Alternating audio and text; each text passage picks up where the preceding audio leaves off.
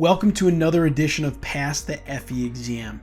In today's video, we have back with us again Matthew Douglas. Matt is a civil engineer, he's operations leader at EMI, and he's a father of three. And with all that, he's studying for the FE exam. And so he's allowed us to kind of chronicle his studying, his study habits, everything that's happening to him in his life while he studies. We had him on a couple episodes ago to kind of tell us how stressful it was starting the process, but now he's made a lot of progress. He's taking the exam on July 8th. He's been lucky enough to have our sponsor of this channel, PPI, a Kaplan company, share their review course with him. He's allowed to go through that process. He's going to update us on that. And really, he's just going to give some good tips on how he's kind of progressed in his study habits, and he's getting much more effective in hopes that he can help you do the same. Before we jump in with Matt, a quick word from our sponsor, PPI Kaplan. PPI has been helping engineers pass their licensing exams, both the FE and PE exams, since 1975. PPI provides expert prep courses and study resources designed to help you pass the FE exam the first time. PPI's live online courses include hours of lectures, problem-solving demonstrations, exam strategy sessions, office hours, and a passing guarantee. When you take a live online course, PPI guarantees you will pass, or you can take the on-demand course for free. With study guides, practice exams, and more, the PPI Learning Hub offers digital practice and review that you can take with you anywhere you have a device so that you can prepare during the times most convenient for you. Check out PPI today at ppi2pass.com to see all the options available for FE exam prep. Let's dive in.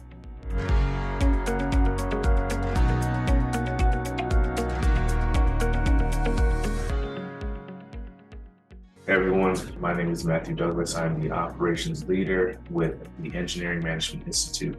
So today I'm actually going to be having another installment of my series with the Pass the FE exam and how that relates to me in trying to actually pass the FE exam. So as I'm going through my life as a husband, father, engineer, I'm having a little bit of trouble with actually getting some consistency and some scheduling down so that I can become better prepared for this exam, which comes up in a couple of weeks. So I'm actually going to give Anthony a call and see if he has any advice for me on any tips and tricks that I can implement outside of what I'm doing right now to get me more prepared for this exam.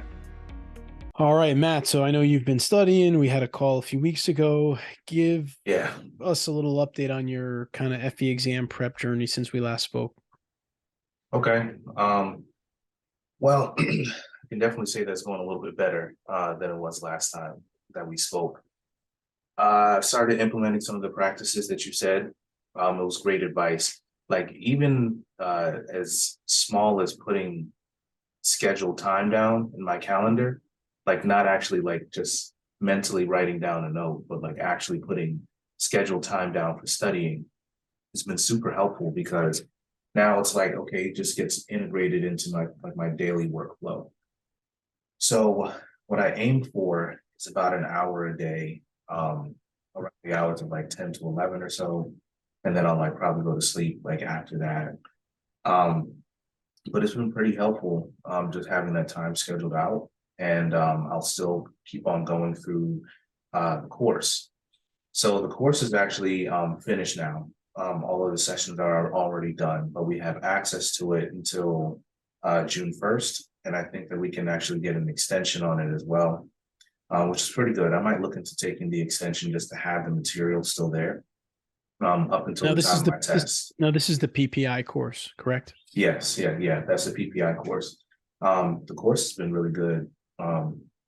It's been super helpful. The instructor was great. He was very descriptive of all the things that we were going through, the prep exams, the homeworks and the quizzes have all been very helpful as well. So I'm just taking my time with it, just trying to learn what I can when I can. I will say that there are some days where I don't really have as much time. So that hour might just get, laid off until the next day. But I feel as though if I at least have the mental time block set in and the time block set in my calendar, at least I can get back on track with it. So I don't get too far off. Yeah. So I think a couple of things that are really important there, just from my experience, is number one, putting something on your calendar, regardless of if it's FE exam preparation, right? Or anything in life. Like you want to start working out, Yeah. you put the gym time on the calendar every day, right? I think for some reason, a lot of times people will put school or work stuff on the calendar, but not like other stuff that they want to accomplish. And which to me just means you're kind of saying to yourself, it's not that important because you're not like getting the time on the calendar. So I think that's a I agree. great, a great life and career lesson beyond just the exam, but certainly helpful for the exam as well. I also think that the idea of signing up for a course, like Matt's lucky to do the PPI course by PPI Kaplan, who's a big sponsor of our channel here, and they do great stuff. I took them, I used their materials 20 years ago to pass my exam. They've been doing it for a long time. But I think signing up for a course like that, number one, gives you structure, obviously gives you the resources you need, and gives you some accountability because now you feel like you're bought into something, you invested in something. I just did this myself. I'm going to Spain for vacation here coming up in a month or so. Also going to do some podcasting there, some stuff for EMI.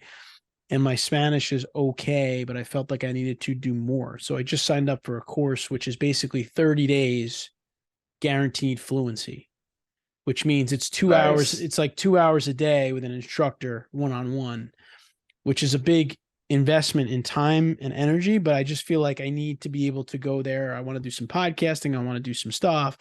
I need to be able to just finally get it done and not be like just so. So my point with all that is, you got to hold yourself accountable. You got to put yourself in a position to succeed. I think creating time on your calendar and signing up for something really solidifies that. And I know a lot of undergraduate schools as well have not programs, so you can go and talk to your professors in the different disciplines or subjects as well to get some help from them since they worked with you on your courses. So I think taking advantage of any resources you can is great, but a course like the PPI course can help you to commit. So in terms of content, Matt, how has our Pass the FE exam kind of channel played a role in your study routine? I mean, it's really good. I use it the same exact way as I use all the PPI Kaplan material. I actually have notifications set up for whenever a new video drops, and I'll watch it, I'll write it down a couple of times, and I'll integrate that into my notes as well. It's just very good information that's there, especially like one of the last videos that we actually posted up. The waiver discussion about getting waivers in different states. And I mean, like, I think that really helps with engineers that have been in their career for such a long time that they don't actually know that they can bypass getting the FE exam done and going straight to the PE. Unfortunately, that's not really my situation because Texas requires, I think, about 8 years of experience under a licensed PE for you to go and get your PE exam and skip the FE. I think I have like 1 year shy, so like we're going to continue with the usual plan. Number one, I think that'll help me with getting prepared for the PE exam. I don't want a handout. I don't want an easy way out of this. This is the challenge that I've been tasked with and then that I want to stand up to. And I think that, just the challenge that I'm rising up to will prepare me for the next exam. And then that'll also prepare me for other certifications I want to get, like the PMP and like a certified construction manager certification as well. I feel like that environment will really help me to grow into the person that can actually really take those tests and like kill them off in one go. So the YouTube channel has been very, very helpful. I even go to watch the PE exam material too, just to try to get as much material as I possibly can. That's great. Yeah. And I think just about content in general, whether it's EMI's content or any content you're watching or consuming, I think to Matt's point, it's good to also be kind of pretty strategic about it, right? Like if you watch a video, maybe you have a Google document or something, like every time you watch a video, you could take some notes from that video and then make sure that you're implementing, those changes into your procedures. I think that can be a little bit of a challenge with content today because there's so much content out there in the world. But if you find content that's good, you need to kind of capture the points from it that you want to implement into your life, into your career, and kind of take action. And then I really kind of think Matt hit on it, is that this is a process when you try to study and pass an 8-hour exam. And this process can be helpful for you in other exams and certification processes. So by going through this now, developing good study routines, good study habits, taking, for example, in Matt's case, the PPI course, taking a review course, using that and learning how to digest that information, it's only going to be super valuable to you in your career going forward. Because if you're taking the FE exam, it's obviously not going to be the last thing you take, because you're definitely going to take the PE exam next, and you might take other things like Matt mentioned, like maybe you'll get a PMP or other certifications. And so again, these are things that it's going to help you to build these types of skills. In fact, my daughter's going through the college process now, and she's taking the SATs, and a lot of these colleges say the SATs are optional. But I told her it's good to go through that process, right? Start learning how to prepare for exams like this, put yourself under a little bit of pressure. It's certainly not going to hurt you. And I know, Matt, you talked about it a little bit already, but it can be difficult to kind of maintain consistency and, keep an effective schedule with everything else you have going on. So, are there any kind of tips that you can share in terms of trying to stay on track with your study plan, or, things that you've done? Yeah, for sure. Well, for me, and I mentioned it a little bit before, setting the calendar reminders is very, very important to your point. I'm now starting to get into that space where almost everything I'm putting into my calendar. Like, I'm starting to integrate some of the things from from the kids, from the wife, from like other family activities, other things that I want to go and venture on. EMI work, outside work, all of those different things I put into the calendar. So scheduling is so important. Like, you have to control that schedule. I mean, like, that's part of like the whole, like project management, professional, like life cycle, like controlling your schedule. You have to know what's going on there. So that's number one. But number two, I think the psychology really comes into play, larger than that even. Because I think that for a person like myself that's in this situation, having your mental wrapped around the fact of like, okay, this has to get done, I think is more important than even the scheduling, because that'll cause you to put things onto your schedule. Like, even if I didn't have it on my schedule, I already know that like this is something that I need to go through, something that I need to execute on. And that helps me in the sense of, if I have a day where things are very, very busy, or 2 days or 3 days in a row, I know that on the fourth day, okay, I need to get back into it, because my mind is already wrapped around what it is that I need to do, what I need to accomplish. I think that it's okay, for professionals that are in, I guess, my shoes, that are experiencing the same type of thing. As long as you're trying, you're failing forward, and forward is the best motion that you can have. You just can't take any backward steps. You have to keep on moving towards that goal, even if you have to take a break. I mean, like, this is a marathon, it's not a sprint. You are allowed to stop sometimes, take your time, pick your, look back up, and then keep on going again, because at the end of the day, you have to get to that finish line. So again, I think psychology is probably the most important part here, like just really wrapping your brain around the fact that this is something that needs to be accomplished. No excuses, has to be done. That helps you out so much more than trying to psych yourself out of, getting yourself into a habit or a routine. Yeah, for sure. And I think what you're really describing is the power of habits. I mean, when you develop good habits, even if you get derailed from those habits for 2 or 3 days, you're naturally going to want to get back to them, because you've already instilled a habit in your regular schedule. I know for me, when I was taking the PE exam a lot of years ago, I would get up early in the morning, I would study right in my kitchen and go to work. But if I got derailed, if I had to go to a project site for a week and I had to go out every morning, early every morning, I didn't get to do my studying, I'd get right back to it as soon as that project was over, as soon as I had the time again, because it was just, it was like kind of programmed into myself at this point that it's just what I need to do. And it's just a habit that I created. And again, I think that's another valuable lesson for, all of life and career. So take us a little bit inside the actual studying that you're doing. Like, when you actually sit down to study, is there any techniques or approaches that you've been using that has helped you get the most out of those hour-long sessions, or whatever, however much time you're spending on it?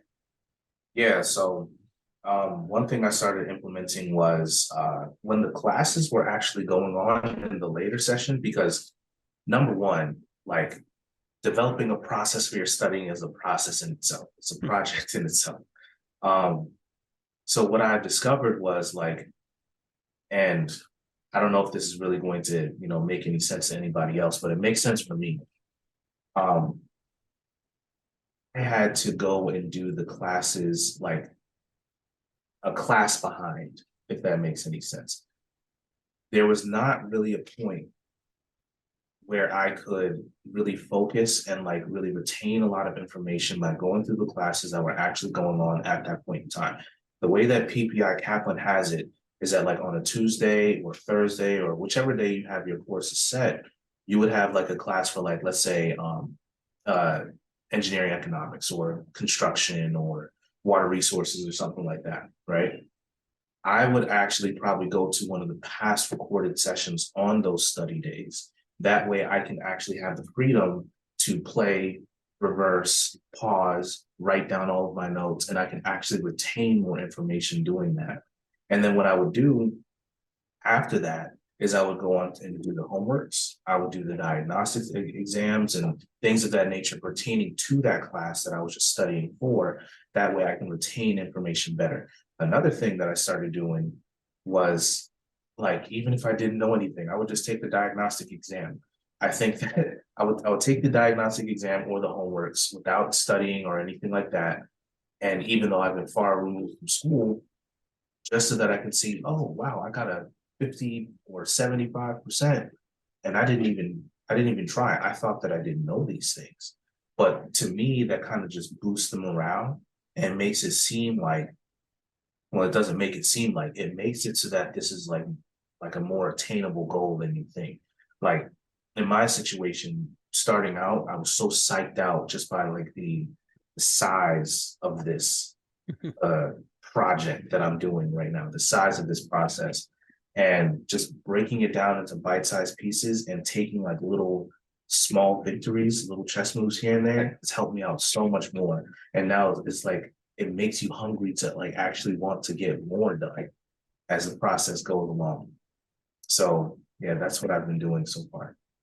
Yeah, no, I really like that. And I think that taking those exams can obviously help you from a confidence standpoint, like you said. And I think also it can help you understand what areas you need to focus on more, right? Like if you take a Right. diagnostic and you kill it for engineering economics, and then you go into, construction and you take it, you don't do that well, you're probably going to spend a little bit more time in the construction area. So it could definitely be a great tool, which is one of the things that I really liked about the PPI course and materials is those diagnostics. And I also, back to your point about taking the last session, I think it goes back to understanding your own learning habits, right? Like for you, going back and doing that kind of on demand session at your own pace is very helpful, where someone else might say, hey, I'm going to stay up to date live and I want to do it live. And it really depends on how you learn and how you digest stuff. But I think it's great that the course has those flexibility and those two different options. Like if you want to go back and do the on demand, or you want to stick with live, or probably do a combination of both. But I really think that that goes to another benefit of going through a process like that, is really understanding how you learn, because Right. you're not only going to learn FE topics in your career, you're going to, like we said before, you're going to learn a lot of stuff. And now you're really understanding what that looks like in terms of your preferences. And so that being said, obviously the exam is approaching. So how do you plan to really make the most out of the remaining time that you have here before exam day? Well, I have to hope and pray that EMI releases some more videos. That's number one. Number two, I'm taking as much material as I can and trying to save it. Um, I'm writing down like almost every single question that I can from all of the homeworks. That way I can just have a reference point. Um, I'm looking into the extension as well, just to see if I can extend it for the month of June. I'm finding other, like book sources that I can go to. Um, there's a couple of books that I've been checking out that's in my Amazon cart that I haven't pressed go on yet, that I'm probably ordering so I can study that, some more YouTube material, but ultimately just putting in more time. Like, I think that I'll probably have to, um, even if it's if it was one of those days before where it's just like, oh, I'm super busy, I don't have an hour for me to do it today, where I just don't have it in me, I'm just gonna have to muscle through that and try to put in as much time as I possibly can, put a rush on it. Weekends are probably going to have to be soaked in PPI capital material, just so I can get there, just so I can get to like a level where I'm confident enough that I can actually go there and just pass. Because ultimately the goal is I don't want to take this again. I want to take just this exam one time, Right.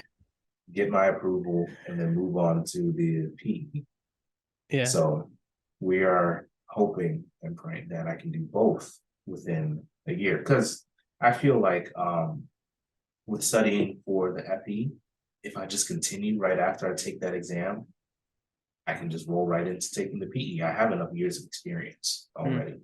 And you know, you as being a professional engineer, I can use you as a reference there to get a sign off. Like it's there, just have to go get it now. So just more time. Yeah. Just more time is all I'm looking for now.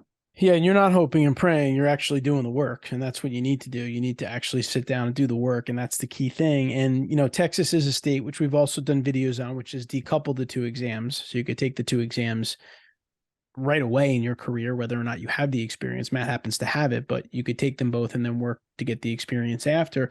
But one thing about getting closer to the exam that I'll say from my experience, and I think I've said this in several of our videos, both FE and PE exam, is the closer you get to the exam, the more problems you need to do in exam-like conditions, right? So trying to take sample exams and sitting down, you know, for that full 8 hours or as long as stretch as you can as possible, where you're kind of recreating the exam experience, I think is very valuable, because you can practice these problems all day long, but if it's not a timed atmosphere where it's just like the exam, it's a different experience, right? And when you show up that day at the exam, there's more pressure and everything is different. So I think trying to put yourself in that scenario is definitely going to be helpful. And it sounds like you're, you know, preparing to do that by thinking about weekends and just thinking about adding more time where you can, which I think is very important.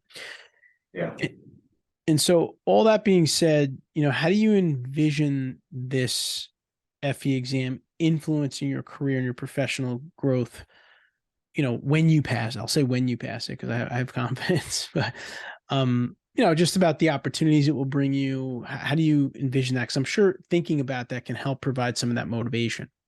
Oh, absolutely. I mean, it's really the main motivation there. Being able to rise to, you know, higher positions and higher challenges. I definitely think it's going to be super influential. I mean, everybody has a PE now.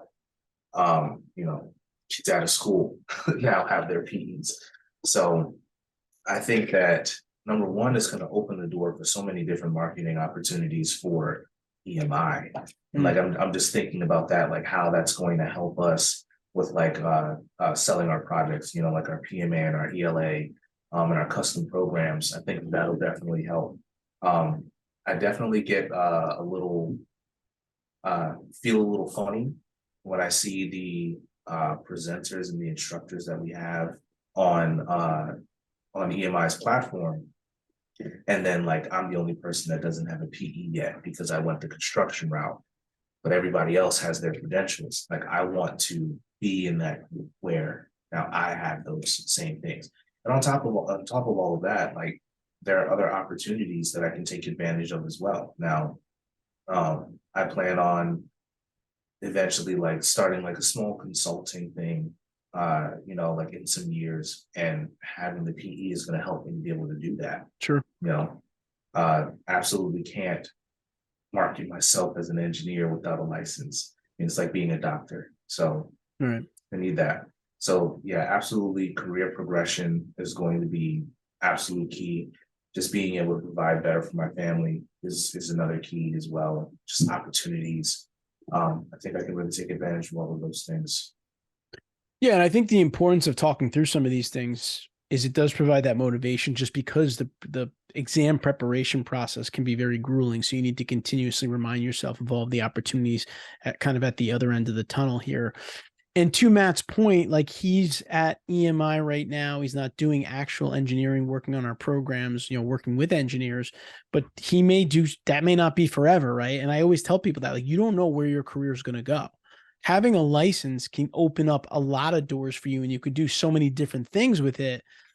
Even if you're not doing it today, doesn't mean that should limit you from getting your license, because it only is going to get harder like the longer you wait to get your license. And that's why we're trying to really motivate engineers to go through this process. So Matt, last one here. What final kind of tips or recommendations would you offer to those out there that are watching this, that are going through the same process as you, that are preparing for this FE exam? What final thoughts or tips can you offer to them? Glad that you asked that, because I thought about something after you asked the question earlier about like what tips that I have. Like I was stating before about, like rearranging like your psychology around this exam. Something to tie into that is like, and I guess this is like for lack of better words, but psyching yourself into being passionate about this thing that you're going into. I think that for myself, like I'm a passionate person. Most people are. And so when you're introducing something that you're not passionate about, it becomes like work that you dread doing, and therefore you avoid doing it. You have to look forward to taking this exam. And I think that rearranging your psychology so that you can take it happily, that it's not such a dreadful process, is very important. I mean, I've done that with things in the past, like, maybe the gym, like you have to really enjoy and trust the process as you're going through it, because it'll keep you coming back for more. And, like this is just one of those things where like it's like a chisel on marble slab. Like, you just have to keep on just chipping away, adding on to it. It's about the volume here, not about just, cram studying and getting this exam done. It's an 8-hour exam. You have to be passionate about what you're learning about here to really retain that information. When I was first starting out, like I would actually fall asleep sometimes trying to study, because I took the 9 to 12 session, because I think that they were on specific times. So they had times of, I think, 6 to 9 or 7 to 10, either one of the two. But just having like that late night session after doing EMI work and taking care of the kids at home and working from home in itself has just been like a real challenge. But like I was stating before, if I did develop like that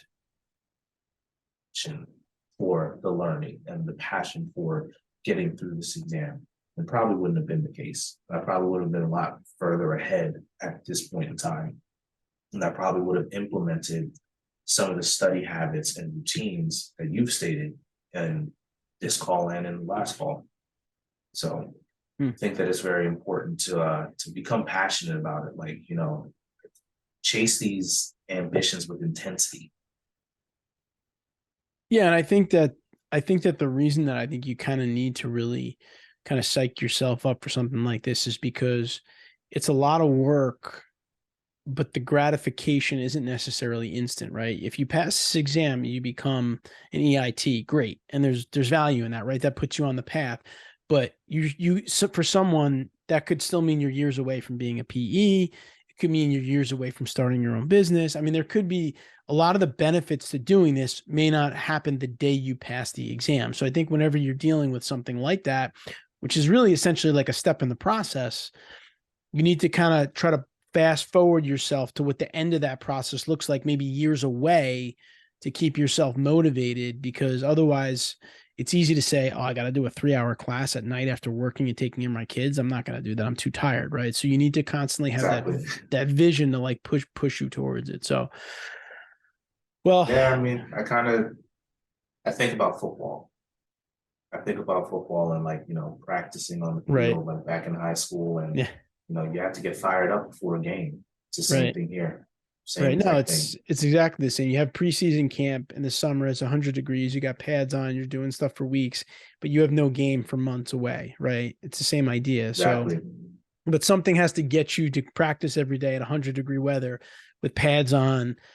And part of it is knowing that ultimately by the end of the season, the results should show up theoretically, right? If you do the work and put in the work, and it's a very similar idea. So, well, Matt, listen, thank you so much for giving us another update. We're kind of following along with you here. We're pulling for you. It seems like you have progressed in your study approach. Like you said, you've gotten better with it because you're starting to figure it out, I think, like any engineer would do. But we do appreciate this update. We'll continue to get more updates from you, and we thank you for kind of taking some time and just sharing the process with us. No problem. Thank you all. Once again, thanks to Matt for coming on with everything he has going on and updating us. I think he gave us some really awesome tips in this episode. And what I love about some of the tips that he gave is that it's not only related to passing the FE exam, it's related to your career and life overall, right? Developing good habits, time management, focusing on things that matter. These are all things that will really drive the needle for you in your engineering career. So please consider subscribing to our channel here. We put out videos like this on a weekly basis to help engineers pass the FE exam. And also be sure to leave comments below. Do you have questions for Matt? Maybe you want to know how he's handled certain things in his study habits or certain things that came up. Leave them in the comments below. We'll make sure that he reads them and he does respond to them. And I'll see you next week on Pass the FE exam.